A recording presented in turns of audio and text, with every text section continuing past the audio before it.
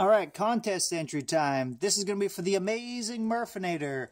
Newer YouTuber, just discovered him recently. Great personality. One of these guys, he just got interesting things to say about his books and stuff. Seems to like the J. Scott Campbell, Michael Turner type books and things like that. Variants, new stuff, a little bit of older stuff. But yeah, welcome. Congrats on the, I think you're at over 125 now, probably like 130 or so, subs. So congratulations on that, man. It's awesome. And, yeah, keep doing what you're doing. Keep making your videos because, once you sort of get that base of 100 or so people, things just sort of roll along because different people, will see your videos, see different people liking and commenting, and it just all links up together. It's a little slow when you make a YouTube channel at first, but you stuck it out and got a lot of videos up there, and they're great, so keep them coming. So what he wanted to know was really basic, straightforward, favorite covers. So awesome. This is exactly the kind of video I wanted to make lately, because I have a few things coming in, but I didn't have a lot, and it's a great opportunity to just pull out some old books, take a look at them, and, you know, enjoy them, because sometimes you get your books, you put them in the box and whatever. So he wanted at least 10. I have more than 10 here, but I'm going to try and go through them fairly quickly. So this is Amazing Fantasy 15. This is my Volume 1 omnibus of Amazing Spider-Man. But I would love to obviously have Amazing Fantasy 15. This is my all-time favorite cover of everything. It's super iconic. Sort of takes from that Superman vein where if you don't know who Spider-Man is, it's hard to tell if he's a villain or a hero. You got the guys in the back seeing him steal this man away. He looks kind of like he could be a villain, the way he's set up there and everything. It's sort of that mystery, excitement, thrill, just beautifully done. Love it, love it, love it. Steve Ditko, kicking ass. This is Thor 225. Well, I'm going to have glare issues. I'm filming in the day today, rarely. Thor 225, first appearance of Firelord. Awesome Bronze Age cover. I really love Bronze Age. Big, bold, bright colors. Just beautiful on there. And again, sort of this powerful, threatening-looking villain. Sort of mysterious guy. Who is this guy who's coming to challenge Thor and Hercules there? This is Amazing Spider-Man 593. Just awesome. This Joe Quesada cover, and it's sort of the slice of life Spider-Man stuff. He's at sort of the Starbucks coffee shop, having a coffee with the guy tied up. I just love it. Sort of, it's very Spider-Man to me. It's very like iconic of what Spider-Man's about. Just living life, doing the city job, doing his thing. So, and it's beautiful. I love how Joe Quesada does shadows and stuff like that. This is All-Star Batman and Robin number 10, and this is the Frank Quietly variant. I really, after All-Star Superman, really fell in love with Frank Quietly's work. He has the sort of classic 40s, 50s, 60s look, but it just works so well. And I love this with just Batman and Robin on patrol. Batman 700. I think this is the first Terry McGinnis in the regular DCU, but this is also just awesome, awesome cover. David Finch. This one without the title and stuff I had on my phone for a long time.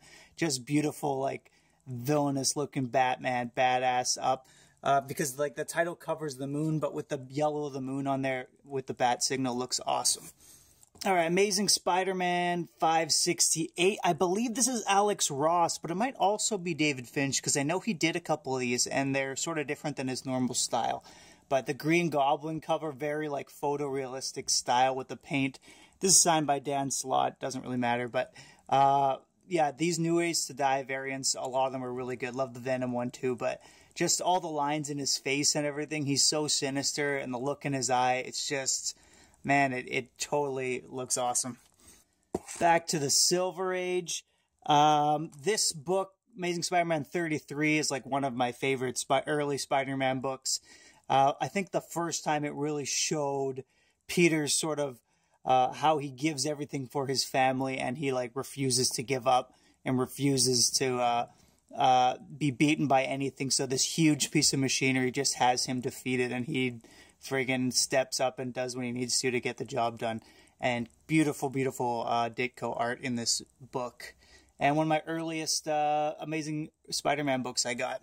All right, J. Scott Campbell. I think you're a J. Scott Campbell fan. This is such a friggin' underrated cover. It drives me mental that that this book is like a $5 book. I have a couple copies of it because it's just so great. It's got the hot chick, it's got Spidey, it's got all the villains, and it's J. Scott Campbell, and it's a 500th issue. It's part of the Straczynski Romita Jr. run, which is, like, in my opinion, the best Amazing Spider-Man run. And just, it's so awesome. I love it. I would love to have this as a poster or something. So it kind of frustrates me that this book doesn't get not a lot of love. Like, if you could see her tits more, it'd probably be way more popular of a book. But, yeah, great cover. Amazing Spider-Man 500. This is a random one. Spider-Man Red Sonja was sort of a mini-series crossover with Dynamite. And this is a Michael Turner cover. Just got the awesome Venom, got the, what's-her-face, Red Sonja and Spidey on there. Love it. All right, another 500th issue. This is Daredevil number 500. I don't know who the artist is on this. I should know. But the great thing about this one is it's a fold-out. Gentle. This is also... I don't know if that all shows up on there. Yeah, so you get all the different villains and characters throughout sort of Daredevil's life, or at least a lot from this run. Beautiful painted cover there, and it folds out.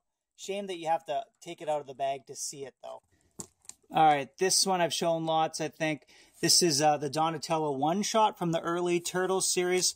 So I like these one-shots with the different... They're focused on each of the Turtles. And this one I had a children's book that had the same story in it as a kid, so I know the story really well. There's a little homage to Jack Kirby and stuff in there. But just got the old school red bandana on there and everything. Beautiful cover, awesome story, like one of my favorite issues I own, so gotta have that. Just picked this one up recently, Catwoman 51. Adam Hughes cover.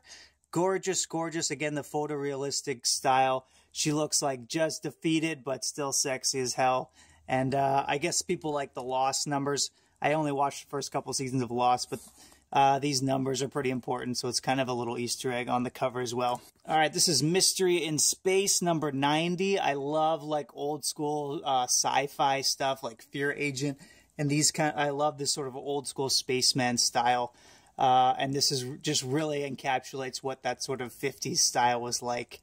The future looks so great to them. They're going to be spacemen going around exploring the universe and everything. And you can see like you can see where Steranko sort of borrowed from an image like this one first for some of the Nick Fury stuff. All right, this is Adventure Comics 439. Another just gorgeous cover. The Spectre terrorizing a villain there as he rescues the woman. The colors on it, the big bold title. These books you can get cheap too. Like you find them on eBay and stuff. People have them up if you can find 99-cent auctions. People just don't generally bid that much on them because they're not really super sought after. But gorgeous work. I think this is... Shoot, is this Aparo art? I think this is Jim Aparo on art on this one. But yeah, beautiful. Another good book and good story, Swamp Thing. Bernie Wrightson with Batman on the cover, and Swamp Thing, it's sort of got the King Kong style as he's climbing up there. Beautiful book. Again, you can get this for 10-15 bucks, no problem. Gorgeous with the yellow and all the shadows and the skyline in the back. Neil Adams Superman cover. Superman just looks ripped and pissed in it, and it's sort of a nice departure to see. Superman's always sort of... a lot of the old stuff, he's sort of depicted as sort of either super powerful and in control and relaxed, or sort of crying and mopey and a baby. So it's nice to see him just pissed off and ready to kick ass. It's pretty sweet. This is Venom Knights of Vengeance 1, the like foily variant cover. This is the first book I ever bought off a rack. I spent like $4, I remember, and my allowance was like $2 a week at the time. And I remember seeing this. It was a #1. It was all foily. This is going to be worth $1 million bucks. But I probably read this book 50 times, and I finally got the last of the issues when I first started collecting comics like years ago. So pretty sweet to actually read the end of the story because I read the first chapter of this story so many times. But really cool book. All right, more sweet Bronze Age stuff. This is Doctor Strange #1. Brunner cover. Brunner. I should know that artist. But yeah, I love, again, the beautiful Bronze Age stuff. I don't know what it is about the style. It all looks kind of similar, but there's so much going on there. Snakes with hands pulling them in. Just so weird, beautiful, crazy, awesome colors, everything about it. Love it. All right, can't believe I haven't Steranko in there yet. X-Men number 50, Steranko cover. This is very, like, different style cover for the Silver Age. There's not a lot that sort of look like this. And again, that's what makes Steranko so awesome. He did things his own way, and he's set trends, and people are still friggin' ripping him off all the time because he's so, or homaging, depending on what term you want to take. But yeah, beautiful, beautiful cover there. And Jim Lee, like a lot of these 90s artists and stuff get flack. Obviously, Jim Lee has stood the test of time. Look at that, like, flat-out battle with freaking Wolverine and Omega Red. So awesome. I guess this is the first full appearance of Omega Red. But just beautiful, beautiful cover. I love that it just fills the page, and it's just blown over. Awesome. All right, Miss Marvel number 1. Love this cover. Again, love her costume. Love the pose. I wish she had sort of her own villain maybe on the cover, but that's okay. That's sort of classic Marvel style. You cross over to get the new characters some interest early on. But yeah, big, bold, beautiful cover. First appearance of the character. Yeah, love it. A couple Deadpools here. This is Deadpool 65.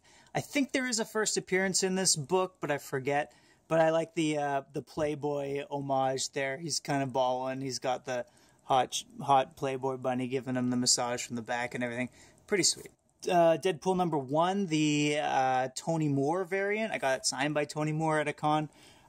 Just love his design here. Love how he does the anatomy and everything and all the weapons.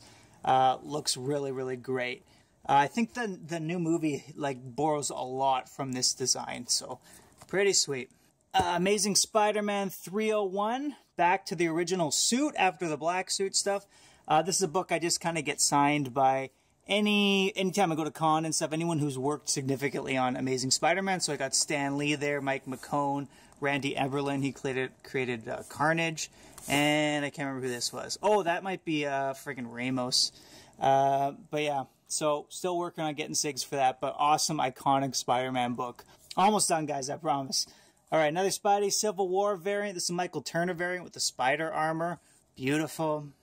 Mobius. If you guys don't know Mobius, he is rad. He's got that classic style. He did a lot for heavy metal and stuff like that as well. He did like a 2-issue series called Silver Surfer series, which is really awesome. Highly recommend it. You can get this book cheap too. But yeah, Silver Surfer and Galactus there facing off. Awesome. 3 more. Old Man Logan, number 7, or Wolverine 71. Old Man Logan friggin' shot in the face 1, 2, 3, 4, 5, 6 times. Adamantium bullets don't go through. Just shows how friggin' badass Wolverine is. He's got that look in his eye like you pissed him off and that was a bad idea. Love it. All right, this is Swamp Thing 53 of the Alan Moore run. And this and the one before are really great, where basically Gotham takes in Swamp Thing's girlfriend and captures her. And Swamp Thing isn't having any of that. You see the full power of him. He goes up against Batman. It's an awesome story. It's one of the only times Batman gets beat, and how he gets beat and what happens is pretty sweet. It shows how freaking unstoppable Swamp Thing is, really. Really, really awesome. Would love to see more Batman Swamp Thing crossovers. And lastly, Gotham City Sirens number 15. There are better covers to this. I think I traded mine away, though I couldn't find them. But these, if you like the hot chicks and stuff, which seems like you do, these covers are great. They have a lot of Harley Quinn, Poison Ivy, Catwoman covers. Good little series, fun to collect. Sometimes expensive, but you can find them for fairly good prices. But yeah, all the covers, just for the covers themselves, are definitely worth it with this series. It's just, the covers are gorgeous series. Some great Joker stories and stuff in here as well. So, yeah, that's going to be it, man. Congratulations. Sorry this went a little long. Yeah, we'll talk to you soon.